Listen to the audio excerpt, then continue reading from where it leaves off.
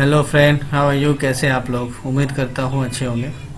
भाई आज मैं आपको इस वीडियो में बताने वाला हूँ फाइनल अकाउंट के बारे में। पिछले वीडियो में मैं ऑलरेडी बता चुका हूँ किस प्रकार से जर्नल एंट्री बनाते हैं, उसको लेजर में किस प्रकार पोस्टिंग करते हैं, उसके बाद किस प्रकार प्रिपेयर करते हैं ट्रेडिंग अकाउंट। राइट, आज मैं आपको बताऊँगा कि फाइनल अकाउंट किस प्रकार बनाते हैं। ओके, तो फाइनल अकाउंट बनाने के लिए दो अकाउंट पहले प्रिपेयर करना पड़ता है। पहला होता है ट्रेडिंग अकाउंट और सेकेंड होता है प्रॉफिट एंड लॉस अकाउंट। उसके बाद आखिर में हम लोग बनाते हैं बैलेंस शीट। तो पहले ये जान लें कि ट्रेडिंग अकाउंट हम लोग किस लिए बनाते हैं, प्रॉफिट एंड लॉस अकाउंट किस लिए बनाते हैं, और बैलेंस शीट तो आपको जैसे पता ही होगा कि बैलेंस शीट हम साल के अंत में बनाते हैं, जिसका ये उद्देश्य होता है कि बिजनेस का फाइनेंशियल कंडीशन क्या है ये पता लगाया जा सके। तो सबसे पहले अभी हम लोग पढ़ते हैं ट्रेडिंग अकाउंट के बारे में और प्रॉफिट एंड लॉस अकाउंट के बारे में। राइट, ट्रेडिंग अकाउंट के बारे में, प्रॉफिट लॉस अकाउंट के बारे में पढ़ते हैं। तो ट्रेडिंग अकाउंट क्या होता है, ट्रेडिंग अकाउंट हम लोग किस लिए बनाते हैं, उसके बाद प्रॉफिट लॉस अकाउंट क्या होता है, इसे किस लिए बनाए जाते हैं, इसे बिजनेस में किस लिए बनाया जाता है, ये जानकारी आज मैं आपको इस वीडियो में दूंगा। आते हैं ट्रेडिंग अकाउंट क्या है। अगर सवाल पूछ दिया जाए कि भाई ट्रेडिंग अकाउंट क्या है, trading account is the first part, या बोल सकते हैं trading account is the first procedure of profit and loss account. सही बात है, जब कभी प्रॉफिट एंड लॉस अकाउंट आप बनाते हैं तो ये सबसे पहला हिस्सा है, पहला स्टेप है trading account profit and loss account का। प्रॉफिट एंड लॉस अकाउंट बनाने से पहले हम लोग ट्रेडिंग अकाउंट बनाते हैं। ट्रेडिंग अकाउंट किस लिए बनाते हैं जी? We prepare a trading account to know about the gross profit and gross loss of the business. सही बात है, हम लोग ट्रेडिंग अकाउंट इसलिए बनाते हैं जिससे ये पता लगाया जा सके कि बिजनेस का ग्रोस प्रॉफिट और ग्रोस लॉस क्या है। ओके, अब आते हैं फीचर में। फीचर्स क्या है इसका? It is nominal account, it records a direct cost of a goods sold and sales. This account is a prepare for the particular accounting period, usually at the end of date period. यहाँ पर लिख देते हैं date.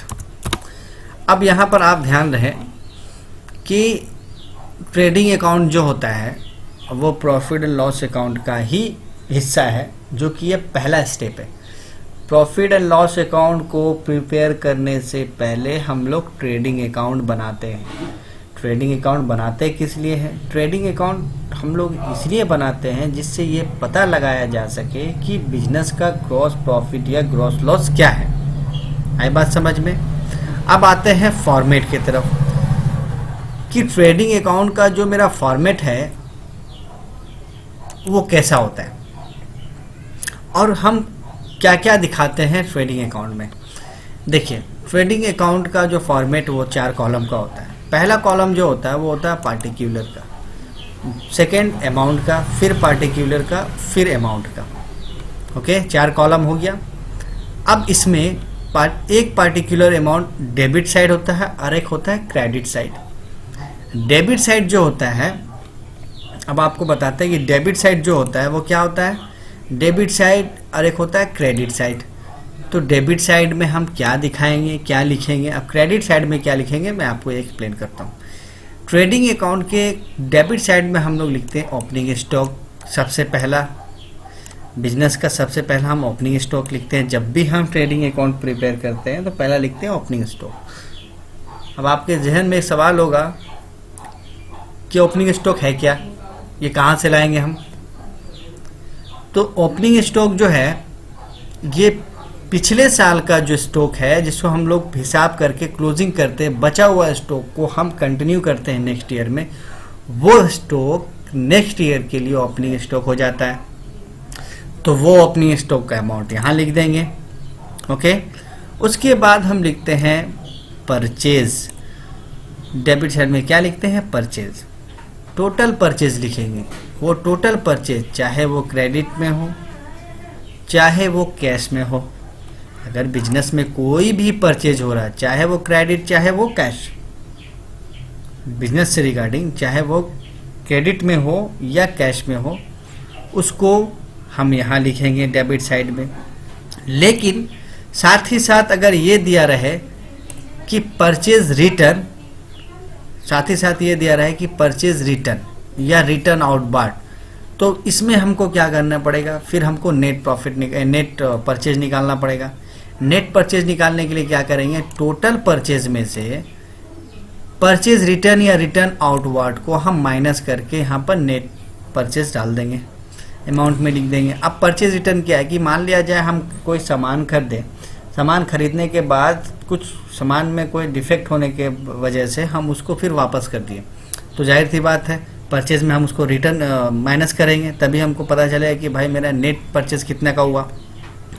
उसके बाद लिखते हैं all the direct expenses. क्या दिखाते हैं, ऑल द डायरेक्ट एक्सपेंसेस। अब डायरेक्ट एक्सपेंसेस है क्या, डायरेक्ट एक्सपेंसेस जो है, डायरेक्ट एक्सपेंसेस का मतलब होता है कि मान लिया जाए कि अगर आपका कोई बिजनेस है, आप माल खरीदते हैं, उसको ज़्यादा दाम में बेचते हैं, यही आपका बिजनेस है, तो माल खरीदने के बाद उसको लाने, आपके गोडाउन तक या दुकान तक लाने में जो भी खर्चा है वो मेरा डायरेक्ट एक्सपेंसेस है। ठीक है जी। जैसे मान लिया जाए कैरेज भाड़ा, रेलवे को आप भाड़ा दिए, आप अपना माल मंगाए कोलकाता से, वहीं से खरीदे हैं, तो उसको अपने गोडाउन तक लाने के लिए रेलवे को भाड़ा दिए, वो भी मेरा आपका डायरेक्ट एक्सपेंसेस हो गया। तो कुल मिलाकर ये है कि आपको डेबिट साइड में trading and profit loss account के डेबिट साइड में आपको ओपनिंग स्टॉक, नेट परचेज और उसके बाद ऑल द डायरेक्ट एक्सपेंसेस दिखाना है। अब आते हैं क्रेडिट साइड में। क्रेडिट साइड में क्या दिखाना है जी, क्रेडिट साइड में हमको दिखाना है जितना भी सेल हुआ है, जितना भी सेल हुआ है, चाहे वो क्रेडिट में हो या कैश में हो, वो सेल को हम दिखाएंगे क्रेडिट साइड में। अगर कोई सेल्स रिटर्न है या रिटर्न इनवर्ड, जिस तरह परचेज रिटर्न आउटवर्ड था, तो सेल्स रिटर्न में अगर मान लिया जाए हम कोई सामान बेचें और किसी प्रोडक्ट में कुछ फॉल्ट आ गया, वो रिटर्न कर दिया, तो उसको हम माइनस करेंगे से टोटल सेल से, जिससे हमको नेट सेल्स यहाँ निकल जाएगा, वो नेट सेल्स यहाँ लिखेंगे। उसके बाद लिखेंगे क्लोजिंग स्टॉक। ठीक है। अब यहाँ पर क्या होगा, अब यहाँ पर होगा कि भाई अब ये पता करना है कि मेरा ग्रॉस प्रॉफिट और ग्रॉस लॉस कहाँ पर आएगा। डेबिट साइड में अगर बैलेंसिंग अमाउंट आया, तो मान लीजिए डेबिट साइड में आपका बैलेंसिंग अमाउंट आया, तो ये हो गया आपका ग्रॉस प्रॉफिट। अगर क्रेडिट साइड में आपका, क्रेडिट साइड में अगर आपका आया अमाउंट, तो ये हो गया ग्रॉस लॉस। ठीक है। अब आते हैं प्रॉफिट एंड लॉस अकाउंट की तरफ। प्रॉफिट एंड लॉस अकाउंट क्या है, पहला स्टेप तो ट्रेडिंग अकाउंट बना लिया हम। अब आते हैं profit and loss account. Profit and loss account क्या है, प्रॉफिट एंड लॉस अकाउंट जो है, this account is a prepare to know, ये अकाउंट बनाया जाता है इस ये जानने के लिए नेट प्रॉफिट और नेट लॉस बिजनेस का, जो कि साल के अंत में बनाया जाता है। This account is prepare to know about a net profit और net loss of the business at the end of year. It is the second of the final account. बहुत अच्छी बात। प्रॉफिट एंड लॉस अकाउंट जो है, ये second part. पहला step तो trading account बना लिया, second step profit loss account.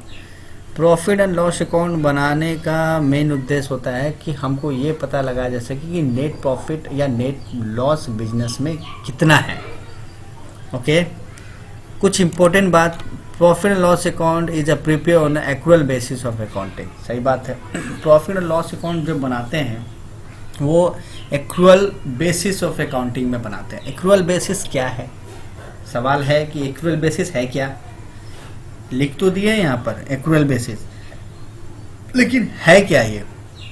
Accrual basis क्या होता है कि मान लिया जाए कि आप बिजनेसमैन हैं, आप बिजनेस कर रहे हैं, आपका सामान खरीद बिक्री का बिजनेस है, आपने किसी कस्टमर को सामान दिया,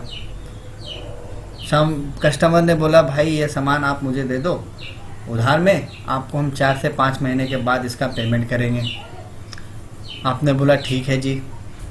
उसके बाद आपका टाइम आ गया profit and loss account prepare करने का, आखिरी का मतलब साल का अंत में। अब आप तैयारी कर रहे हैं कि सब फाइनल अकाउंट प्रिपेयर करते हैं। तो फाइनल अकाउंट प्रिपेयर करने के टाइम आप ट्रेडिंग अकाउंट प्रिपेयर कर लिए जी। उसके बाद अब आप प्रॉफिट एंड लॉस अकाउंट बनाने वाले हैं, लेकिन अब तक उसको वो आपका पेमेंट नहीं किया है। सामान तो ले लिया है, स्टॉक में तो मेरा कमी आ गया है, लेकिन पैसा तो अभी तक दिया नहीं है। तो अब हम क्या करें? हालांकि जबकि ये मेरा जो है, ये जो मेरा एक्चुअल ये जो था, ये मेरा पिछले ही साल का था। ये मत जिस साल का हम प्रीपेड कर रहे इसी साल का था। अब हम क्या करें? इसको तो नेक्स्ट ईयर में दिखाएंगे नहीं, क्योंकि अब तो हमको इसको यहाँ पे यहीं पर क्लोज करना है। तो ऐसे सिचुएशन में क्या होता है कि इक्वल बेसिस कहता है, इक्वल बेसिस ऑफ अकाउंटिंग कहता है कि आप जो सामान बेच दिए बल्कि पेमेंट अब तक नहीं मिला है, वो कहा है दे देंगे, तो आप उसको मान लो कि आपको वहाँ इसी साल जितना का बेचे वो आपको शो करना पड़ेगा प्रॉफिट एंड लॉस अकाउंट में। ठीक है, आपको वहाँ पर दिखाना होगा, भले ही आपको पैसा नहीं मिला लेकिन आपको दिखाना होगा। उसे कहते हैं एक्चुअल बेसिस ऑफ अकाउंटिंग। उसके बाद क्या है कि बैलेंस ऑफ प्रॉफिट। सही बात है, अगर ये डेबिट साइड में जो बैलेंस अमाउंट आता है वो मेरा नेट प्रॉफिट हो जाएगा, क्रेडिट साइड में अगर बैलेंस अमाउंट आता है वो नेट लॉस हो जाएगा।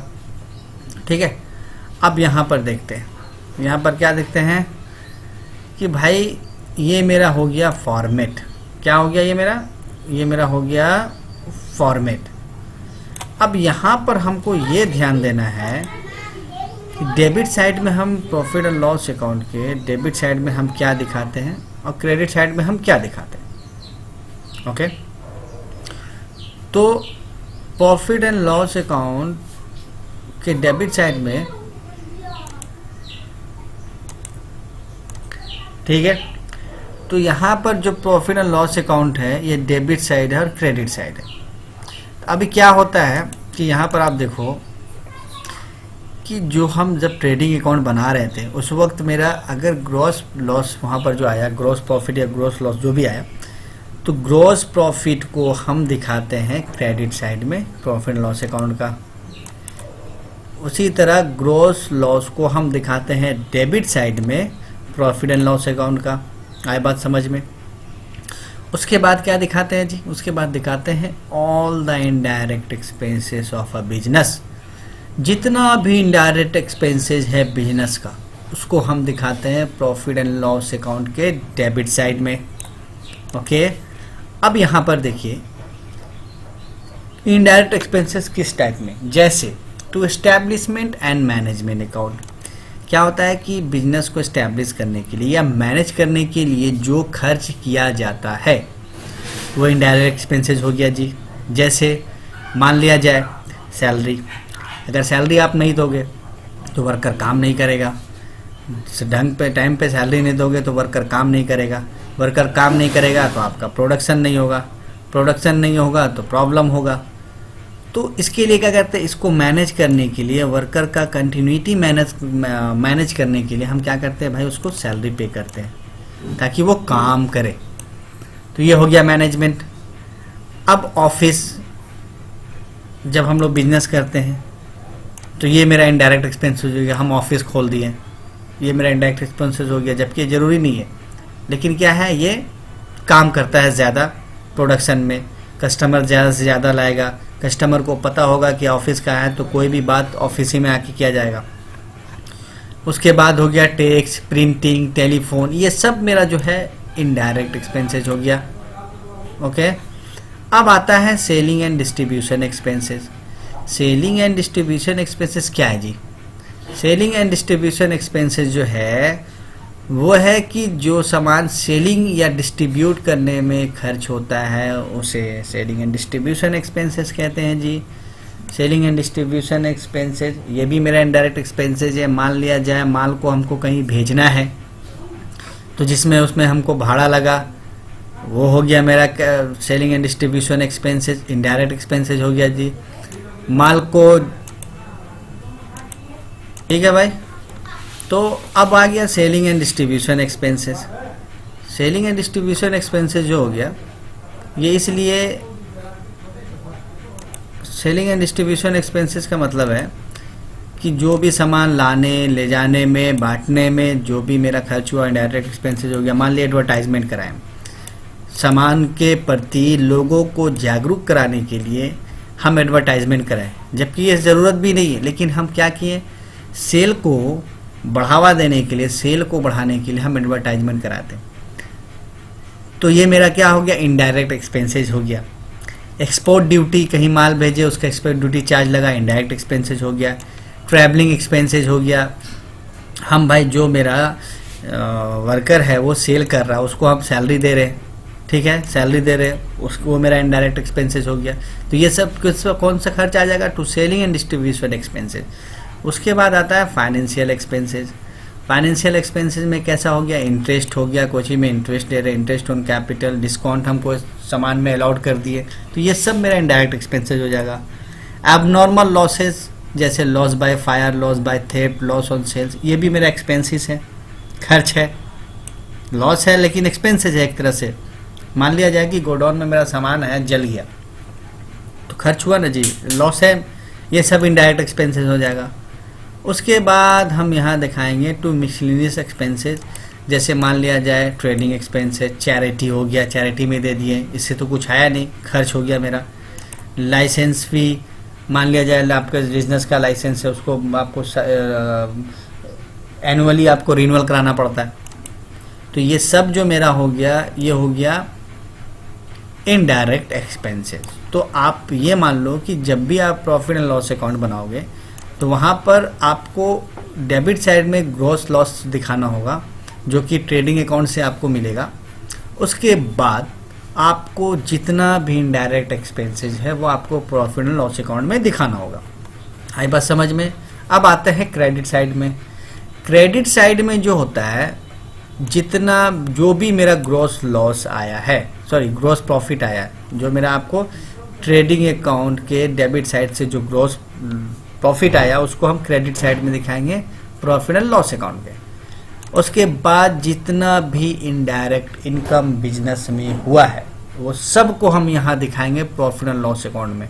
मान लिया जाए by indirect income, by interest receive, interest on investment, interest on a drawing, interest on a bank deposit, पैसा जमा किया उस पर इंटरेस्ट मिल रहा, आपको कहीं आपका कुछ दुकान से रेंट मिल रहा, डूबा हुआ पैसा वापस आया, तो ये सब जो इनडायरेक्ट इनकम है इसको हम दिखाएंगे क्रेडिट साइड में प्रॉफिट एंड लॉस अकाउंट का। अब जो बैलेंसिंग अमाउंट मेरा, अगर डेबिट साइड मेरा बैलेंसिंग अमाउंट आता है तो ये नेट प्रॉफिट हो जाएगा, अगर क्रेडिट साइड आता है बैलेंसिंग अमाउंट तो ये मेरा नेट लॉस हो जाएगा। आए बात समझ में। उम्मीद करता हूँ ये वीडियो आपको पसंद आया होगा। किसी भी तरह का अगर इस वीडियो से रिगार्डिंग प्रॉब्लम है तो आप कमेंट बॉक्स में मेंशन करें। नेक्स्ट वीडियो में आपको मैं बताऊंगा कि बैलेंस शीट किस प्रकार प्रिपेयर करते हैं। ओके, आज के लिए बस इतना ही। अगर आपको ये वीडियो अच्छा लगे तो लाइक करें, सब्सक्राइब करें और शेयर करें। Thank you, bye.